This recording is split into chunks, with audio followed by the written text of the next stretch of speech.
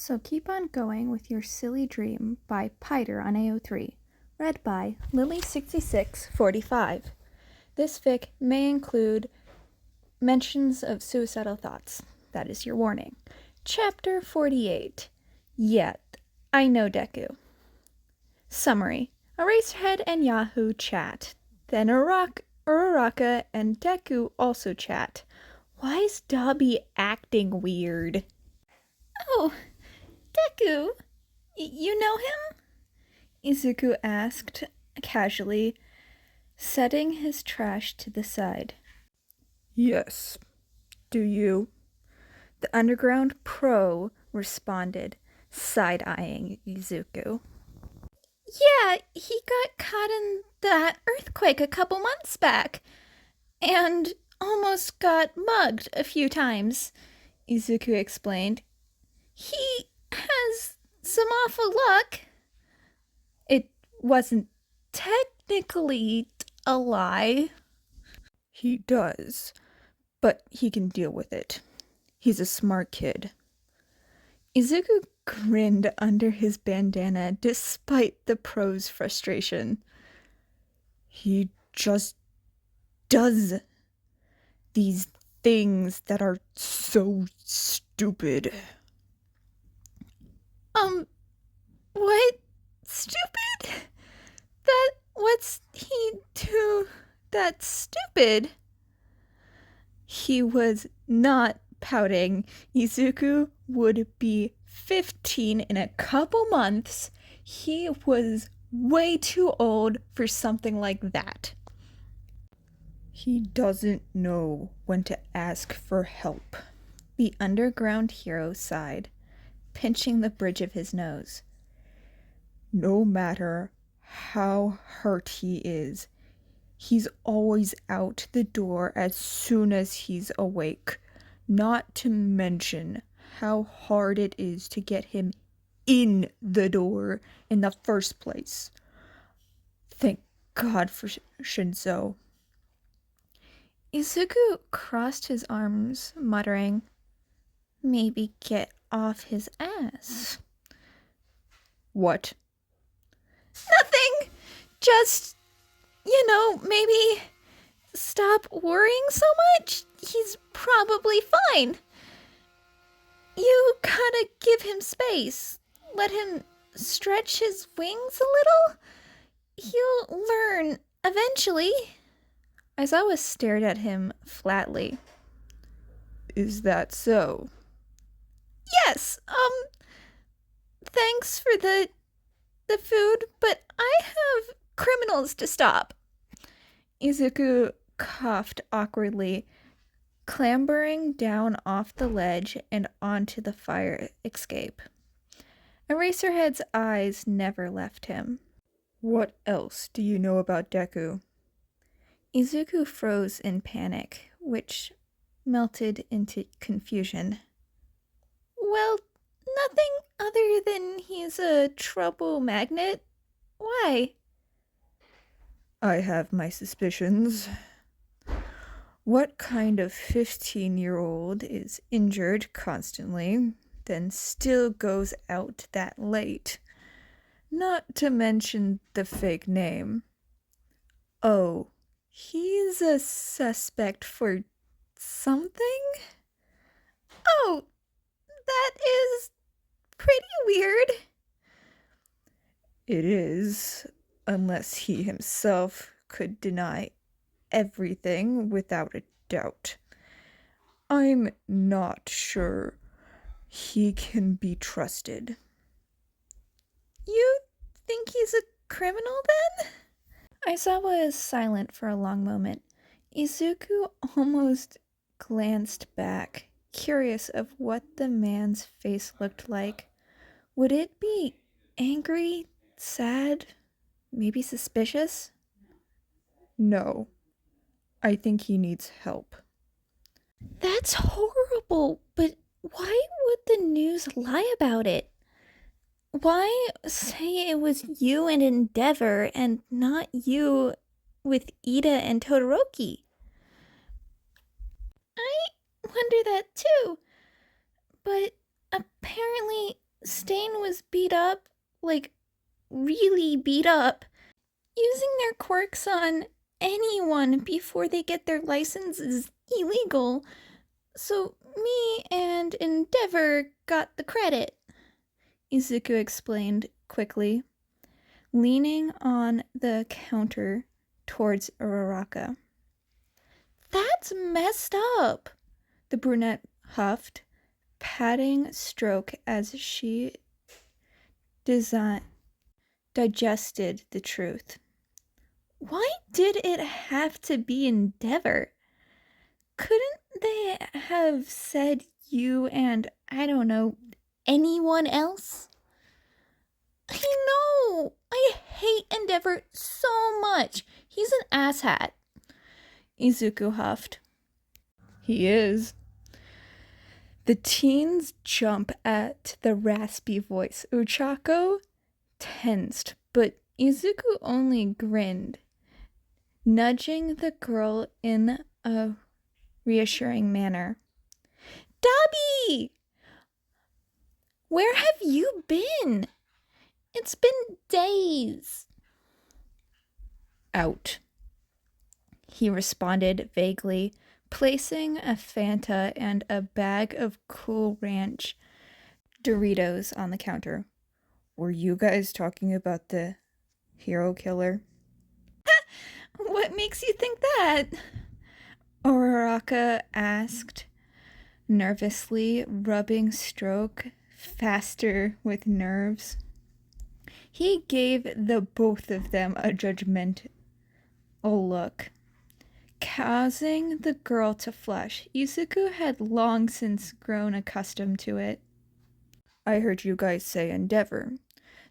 The hero killer is his most recent scandal. Without missing a beat, he slapped a 5 on the counter and took his bagged items. So was I right? Yeah, Izuku confirmed. Dabi turned his attention to the other teen.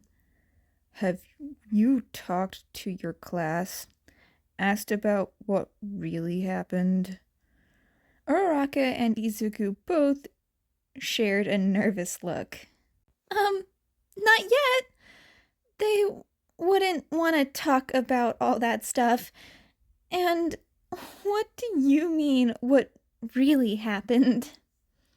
Dabi snorted. The press may be blind, but I have eyes. Endeavor is a cruel man. He wouldn't suddenly agree to work with Yahoo after hitting him into a building, no matter the circumstances. Izuku stared in surprise, a sense of déjà vu keeping his mouth sealed shut. Where had he heard that? Maybe he read it somewhere? Yeah, I guess that's true.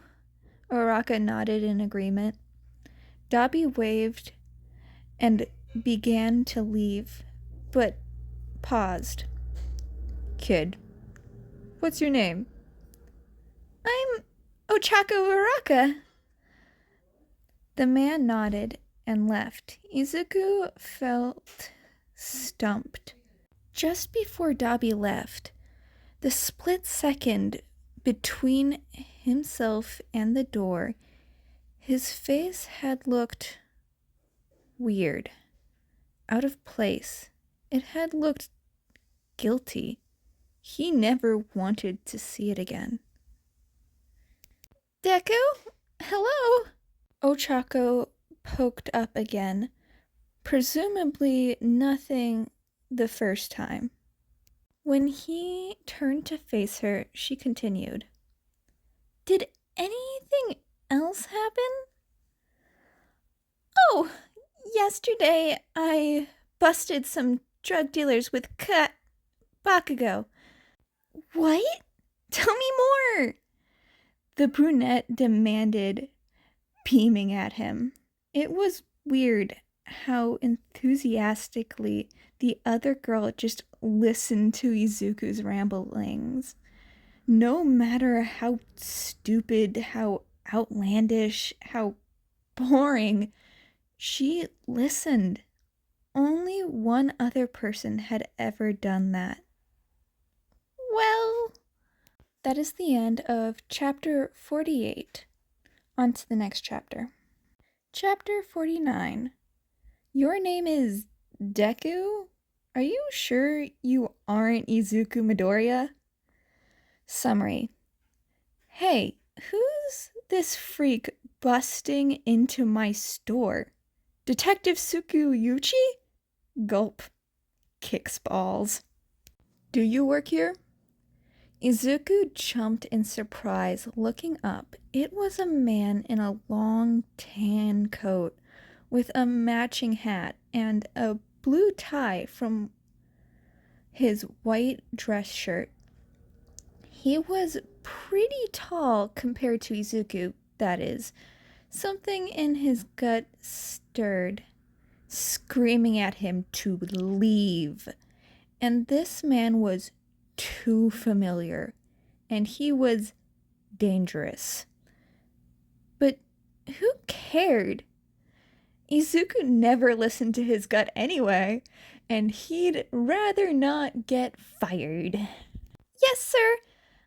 How can I help you? The teen asked kindly, shooting his best customer service smile. It would be helpful if you could point out the Advil, Mr. Deku. He gestured to his name tag, exiting from his spot behind the counter. Stroke disappeared, despite how fat he'd grown, refused to let go of the teen. So, yes, the cat would be coming with them. Mr. Deku. The man paused. Are you sure? That's quite a name. I think I know my own name. Izuku forced himself to laugh, shifting slightly. Well, you can call me Detective Tsukuyuchi Namasa from the police department. The brunette grinned. Your name is Deku? Are you sure you aren't Izuku Midoriya? Tsukuchi Namamasa worked closely with All Might and other pro heroes. Quirk, lie detector. In other words, Izuku was so screwed.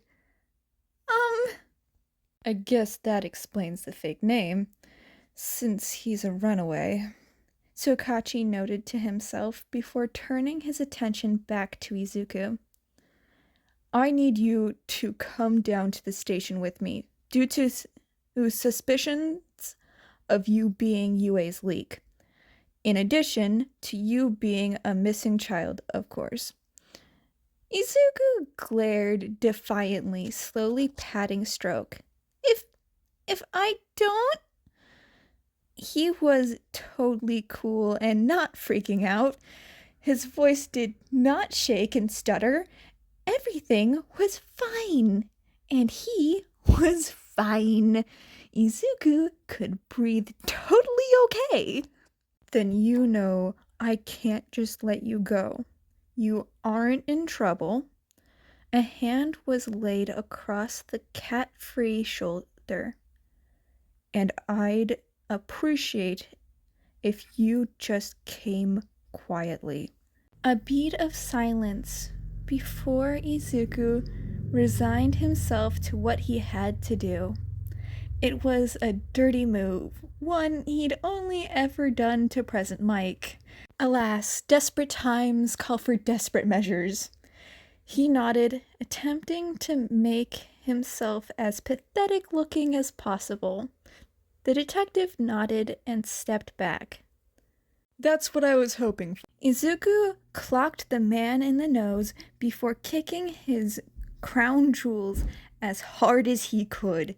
He wasted no time looking at the reaction like he did with Mike, instead sprinting out as fast as he could. Shit. What now? What now was apparently writing down Shinso and Uraraka's contact information alongside his mother's and Bakugo's, then stomping on his phone. He didn't know what they'd tell the purple-haired boy, and he couldn't risk having a tracker on him. He thought about making his way back to the abandoned apartment he'd called home for the last year now, but he couldn't bring himself to. Not yet. He knew it'd feel far too empty, especially after dropping Stroke and his food off at Shinso's apartment. After the USJ incident, a house key had been bestowed upon him. He wasn't sure why, if they'd never trusted him in the first place. But he knew he wouldn't have a proper job for a while, not if the police were onto him.